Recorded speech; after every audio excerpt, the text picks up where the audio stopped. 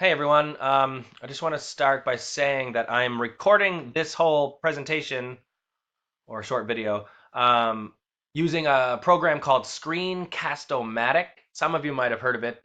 It's free. I'll put the link on in my submission. It's really great because you can record what's going on in your computer screen live. So however you want to do it. I'll show you a couple ways or a couple of things that I use in my classroom here.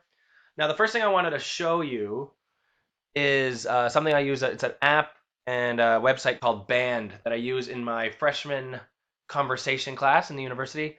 They, it's all you can see here. These are all my different classes. So I'm going to jump into one right here.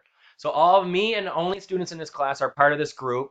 I post homework, information about quizzes or exams on here. Students can message me directly via here, so they don't need my phone number or worry about email or anything like that. Direct messages, I can send messages to the whole group or individual students or pairs of students at a time. I also have them do homework on here, such as I'll show you an example of. So this week's homework was an easy one. So it's a conversation class, and they just got started, so there's not many. Um, Here's one with a lot of comments. It's an easy homework, so they just needed to post a picture of whatever they wanted. I left that completely wide open, and them and their partner would have to start a conversation in the comments here, and then you can see throughout their interacting with each other in English, which is the point because they have one class with me a week, so they get to interact in English throughout the week.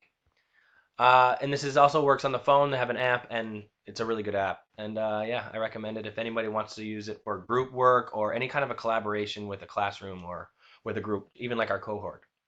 It's also good. Screencast-o-matic's also really good too if you wanted to record like a PowerPoint presentation, like I have right here, or a Google Slides, I should say. But so this is a writing class that I have, and I use a lot of these PowerPoint or slides presentations.